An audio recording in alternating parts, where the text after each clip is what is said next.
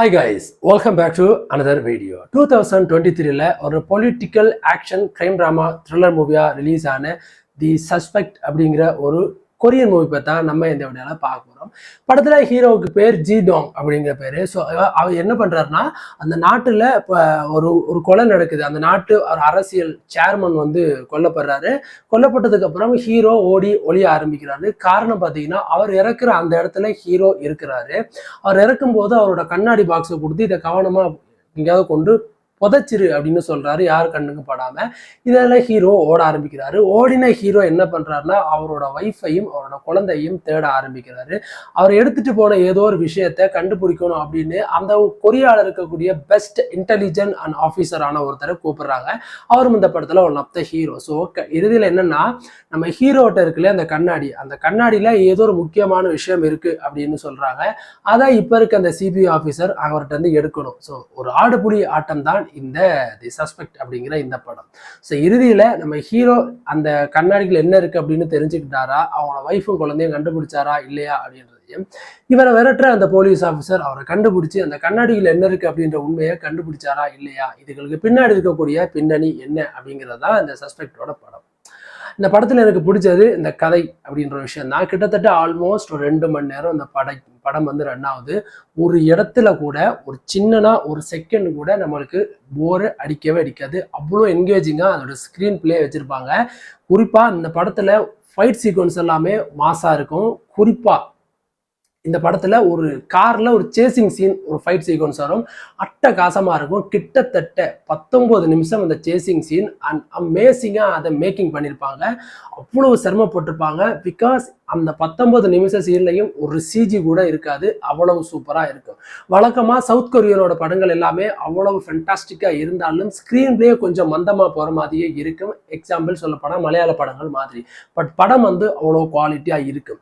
எந்த அளவுக்கு ஆக்ஷன்ஸ் இருக்கோ, எந்த அளவுக்கு இந்த த்ரில்லர் அண்ட் சேசிங் சேன்ஸ் இருக்கோ, அதே மாதிரி அந்த படத்துல அப்பா பொண்ணுக்கான அந்த பாண்டிங், அந்த பாசம் இருக்கு.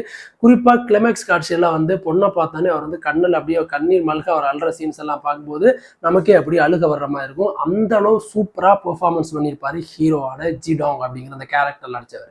அதுக்கப்புறம் ஒன் ஆஃப் த இன்னொரு ஹீரோ பார்த்தீங்கன்னா, ஒரு நேர்மையான, எதுக்குமே பயப்படாத ஒரு பெஸ்ட் இன்டெலிஜென்ட் ஆன ஹீரோ. ஸோ ஒரு விஷயம் எடுத்துக்கிட்டா இதில் தோக்கக்கூடாதுன்னு நினைக்கிறோம். அந்த வெறித்தனம், அந்த வெறித்தனமான ஒரு ஆக்டிங் அதில் இருக்கும். ஸோ அந்த ஆக்டிங்கை வந்து ரொம்ப அழகாகவே இந்த ஸ்க்ரீனில் வந்து ப்ரெசென்ட் பண்ணியிருப்பாரு நம்ம அடுத்த ஹீரோ. அதுக்கப்புறம் எனக்கு பிடிச்ச அந்த ரிப்போர்ட்டராக நடிச்சிருக்காங்க, ஜேர்னலிஸ்ட் ரிப்போர்ட்டர் நடிச்சிருக்கேன். அவங்களும் ஒரு ஒன் ஆஃப் த ஒரு சொல்லிக்கிற மாதிரி ஒரு சூப்பரான ஆக்டிங் அப்படின்னு தான் சொல்ல முடியும். அண்ட் இதெல்லாம் தாண்டி இந்த பொலிட்டிக்கல் அப்படிங்கிற ஒரு குப்பை எல்லா நாட்டிலையும் ஒரே மாதிரி தான் இருக்கும் அப்படின்றதுக்கு இந்த படமும் ஒரு சாட்சி. பொலிட்டிக்கலுக்காக கூட இருக்கவனை எப்போ வேணாலும் கொலை பண்ணுவானுங்க, கூட இருக்கவன் சொந்த நாட்டை விற்று காசாக்குவான். பொலிட்டிஷியன் அப்படிங்கிறவன் ஒரு சாக்கடை, பொலிட்டிஷியன் என்றவன் ஒரு குப்பையா இருக்கிற ஒரு நாதாரி முண்டை அப்படிங்கிறத இந்த படத்தின் மூலமா நமக்கு சூப்பராகவே காமிச்சிருக்காங்க. ஸோ அந்த அரசியல்வாதி தனக்கு லாபம் தரணும்னா எதை வேணாலும் விற்பான், அவன் நாட்டையும் விற்பான், வீட்டையும் விற்பான் அப்படின்றதுக்கு இந்த படம் ஒரு சாட்சி. அதை விற்றதுக்கு அப்புறம் அந்த நாடு என்ன ஆகுது, அதெல்லாம் இங்கே கவலையே கிடையாது. அவனுக்கு தேவை பணம் அப்படிங்கிற விஷயத்தையும், அதனால அவன் பண்ணக்கூடிய தவறுகள் என்ன, அந்த தவறால மீதி மக்களுக்கு என்ன நடக்குது அப்படின்ற அவனுக்கு கவலையே இல்லை. தனக்கு ஆதாயம் வந்தா போதும், அங்கேருந்து தப்பிச்சு போனா போதும் அப்படின்னு நினைக்கிறவன் தான் இந்த அரசியல்வாதி. ஸோ இது வந்து நம்ம இந்தியாவில் மட்டும் கிடையாது. இந்த மாதிரியான அரசியல்வாதிகள், இந்த மாதிரி கட்சி அமைப்புகள் எல்லா நாட்டிலையும் ஒரே மாதிரி தான் இருக்கு. இங்க வேட்டி சட்டை போட்டிருக்கவன் வெளிநாட்டுல கோட்டு ஷர்ட் போட்டு இதே வேலையை பார்த்துட்டு இருக்கான் அப்படின்றதான் இந்த படம்.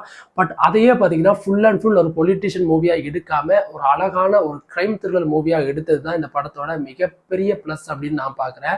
அண்ட் இந்த விதமான ஒரு சின்னனா ஒரு அடல்ட் கண்டென்ட்டும் இல்லாம ஒரு பியூரான ஃபேமிலி என்டர்டெயின்மெண்டான மூவியா எடுத்தது இந்த படத்தை வந்து கொண்டாடி இருப்பாங்க அப்படின்னு நான் நினைக்கிறேன். அந்த காலகட்டங்கள்ல 2013 இல்லையா. ஸோ அந்த படத்துக்கு பார்த்தீங்கன்னா ஆல்மோஸ்ட் வந்து 6 and 7 கொடுத்துருக்காங்க. ஐஎம்டிலேருந்து ரேட்டிங் அவுட் ஆஃப் 10க்கு 6.8 வரைக்கும். ஸோ பாக்ஸ் ஆஃபீஸ்லேயே ஒரு ஃபென்டாஸ்டிக்கான ஒரு பாக்ஸ் ஆஃபீஸ் கலெக்ட் பண்ண மூவி தான் இந்த படம்.